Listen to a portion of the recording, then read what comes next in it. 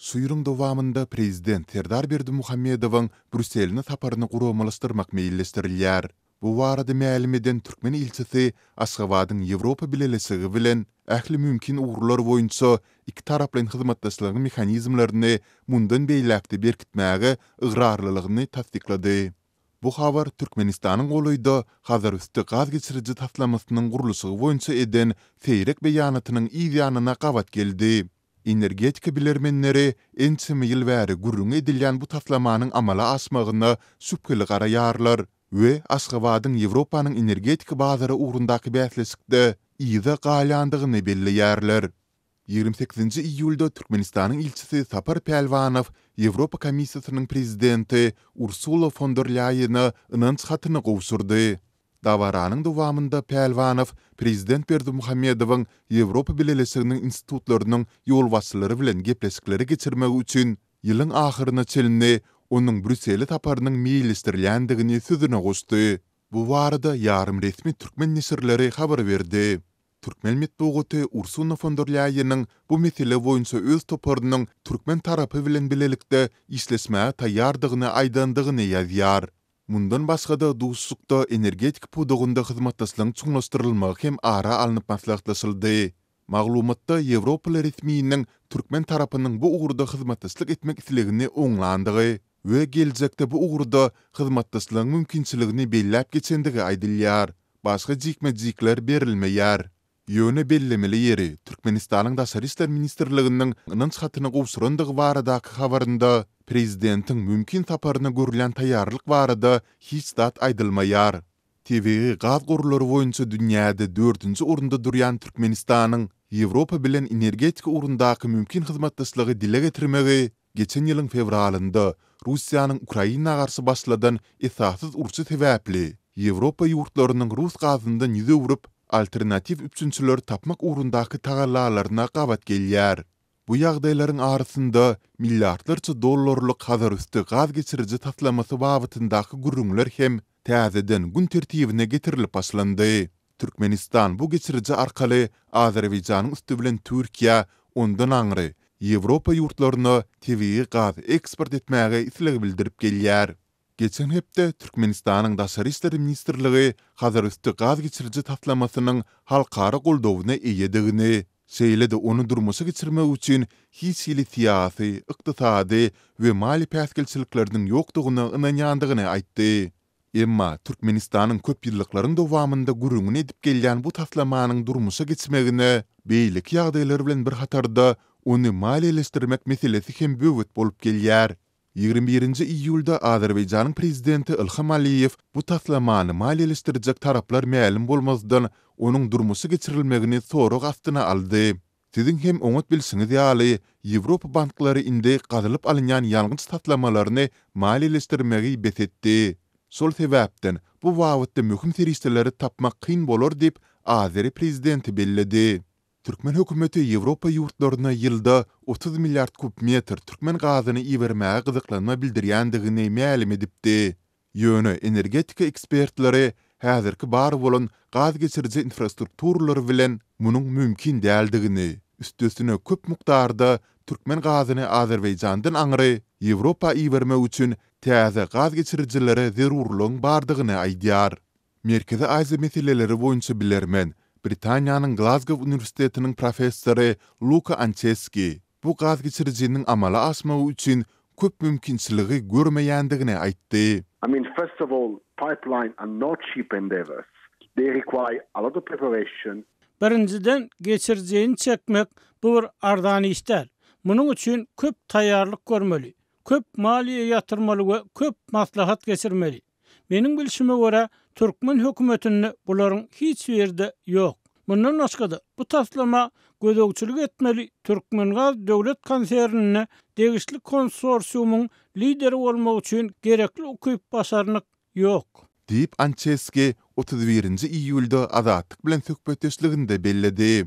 Hazır üstü gaz geçiricisi bilen bagly soňky özgürlüklere Bloomberg nesiri hem üns çekip Türkmenistanyň Ýewropanyň energetika bazary ugrundaky beýleki bäsleşlerinden ýyda galyandygyny anyklady. 31-nji iýulda çap bolan makalada milliardlarça dollara durjak we guruluşy ensem ýyla çekjek bu taslamadan başga-da häzir Ýewropa üçin has arzan we has elýeterli mümkinçilikleriň bardygy bellenilýär. Makalada munyň bilen bagly Sakar hem diýilip bilinýän Azerbaýjanyň döwlet nebit kampaniýasynyň vitse-prezidentiniň ornbasary Vitaliy Baylarbaýewiň sözleri getirilýär. Oňa görä Azerbaýjan türkmen gazynyň tranzitine ýardym hökmünde özüniň infrastrukturasyny hödürläpdir. Emma hazır üstü gaz geçiricini kurma kararı Türkmenistana bağlı bolup dur. Kaspidaky 2 ýatak eýýäm bar bolan ulgamyň goloýynda ýerleşýär we olary özleşdirmek üçin deňizde sepleýici geçirici gerek däl diýip Baylarbaýew belläpdir. Türkmenistanyň energetik ministrligi we döwletiň elçiligindäki Türkmen gaz konserni Bloomberg näşriniň kommentariýa haýyşlaryna jogap bermediler. Azatlyk radiosy hem dünýäniň iň ýapyk ýurtlarynyň biriniň resmi darlaryndan tesvir alyp bilmedi. Galyberside şu ýylyň fevralynda Russiýanyň türkmen gazynyň Hazar deňiziniň üstü bilen gün watary eksport edilmeginiň öňüni baglaýandygy barada habarlar peýda boldy. Russiýa Hazar deňiziniň töweregindäki ekologiýa aladalaryna salgylanyp, Hazar üstü gaz geçirici taslamasyny oňlaman gelýär. Synçylar Hazar deňiziniň hukuk durumuynyň Türkmenistanyň Azerbaýjan bilen arada gaz geçirici gurmagyna ruhsat berýändigini aýdýarlar. Bilermen Ançeski Türkmenistanyň görnüşinden bu goloýda amala aşyryp bolmajak proýekde has köp syýasy matlapdan çemeleşýändigini, ýagny munyň bilen bagly beýanatlary çap edip, bu ugruda gepleşikleri geçirip, dünýä arenasynda öz aktuallygyny artdyrmaga finansiýandygyny çaklaýar. Seems to want to hold in terms of increase the relevance of Turkmenistan in Europe. Türkmenistan häzirki wagtda özüniň daşary ýurtlary iwerýän mawy ýalgyjynyň agramly bölegini Xitay ugru boýunça eksport edýär. Häkimetler ensemi ýyllaryň dowamında ýurdun ýalgyj eksport ugurlaryny köpeltmegi öňe sürüp gelýärler. Abada milli siyahatçılık zolağı ve ondaki yokarı amatlıklı mihmanhanalar hükümet agzalarynyň din jalşyna taýýarlanýar. Munun bilen baglyklykda sebitde howpsuzlyk çäreleri güýçlendirilýär we mihmanhanalarda din jalmaga gelen raýatlar 3 arka barlygyndan geçirilýär. Şeýlede yerli idara kärhanalaryň we jemaat hojalygy müdirliginiň işgärleri arasaçylyk işlerine çekilýär. Bu ýagdaýlar barada Azatlyk radiosynyň habarçysy we çeşmeleri 28 iýulda sebitden maglumat berdiler.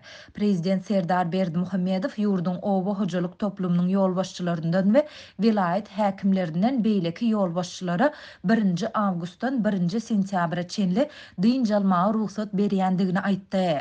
Ol 14 iýulda eden çykyşynda hemişe bolşýaly ýurdun ýolbaşçy düzüminiň Awazada, Arçmanda we Ýylysuwda ýa-da beýleki şypahanalarda din jalyp biljekdigini hem belledi. Häzir ýokary derejeli döwlet emeldarlarynyň awgust aýynda Awazada din jalmagyny berk taýýarlyk görülýär. Türkmen başynyň howa mendilinden Awaza çenli aralykda gece gündüz arasaçylyk işleri geçirilýär. Deňziň kenarlaryndaky balyk maslyklary hem arasalanýar.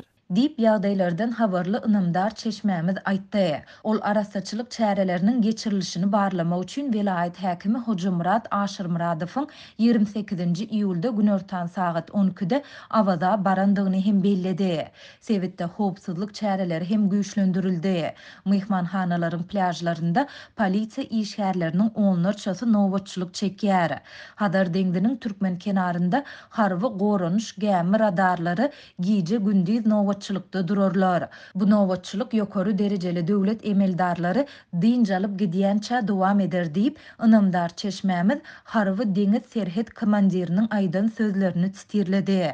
Mundan başga-da mihmanhanalarda din jalmaga gelen raýatlaryň resmi namalary için öwrenilýär we olar 3 arka barlygyndan geçirilýär. Prezidentiň howpsuzlyk gullukları tarapyndan din jalyanlaryň ählisiniň ýaşaýan etraplaryndan, obalaryndan maglumatlar alınýar diýip çeşmämiz aýtdy.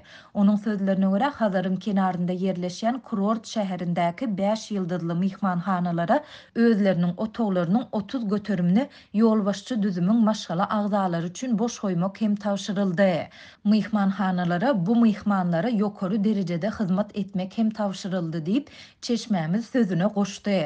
Günwatar welaýatyň häkimetleri hökümet agzalarynyň din jalşy döwründe sebitiň bazarlarynda emeli adyk bolçy owçulugyny hem döretmäge çalışýarlar. Daşary ýurtlardan import edilen tropik meweler we beýleki önümler Aşgabatdan getirilip Türkmenbaşy şäheriniň kenar bazarynyň sowadyjy ammarlaryna yerleşdirilýär. Diýip çeşmämiz bellidi. Adatlyk bular barada vilayet häkimliginden we myhmanhanalardan kommentariýa alyp bilmedi. Türkmenistanda ilaty suw bilen üçin etmek üçin täze deshalar gurlar. Türkmen medeniýetyne görä Ahal vilayetinde täze suw nasos stansiýalary gurlar. Bu planyň eglan edilmegi Adatlyk radiosynyň habarçylarynyň tutuş ýurt boýunça ilatly nokatlaryň şol sanda paýtagtyň ýaşaýjylarynyň suw üçinçiliginiň ýygyderlik kesilmegi barada beren maglumatlaryň ýa-da gabat geldi. Täze suw nasos stansiýalarynyň gurulşyny Ahal vilayetinde Akbugday we Kaki etraplarynda amalaşdyrmak planlaşdyrylýar. Bu arada hökümetiň anyna günkü maslahatynda edilen planyň Aşgabat şäherine arasy agyz suwunyň üznüksiz üçin edilmegi bilen baglydygy aýdyldy. Biznes Türkmenistan ýeşiriniň maglumatyna görä, Ýaşyl Depe suw nasos stansiýasyny suw üçin edijilerini we suw hereketlendiricilerini elektrik podstansiýasyny gurmak şeýlede gowşut nasos stansiýasynyň 4 kubometrden gowrak kuwatly birinji hem ikinji tapkyrlaryny gurmak ýaly işler üçin halkara tender eglan etmek barada Türkmenistanyň gurulşy hem binägerlik ministrligine tapşyryk berilipdir.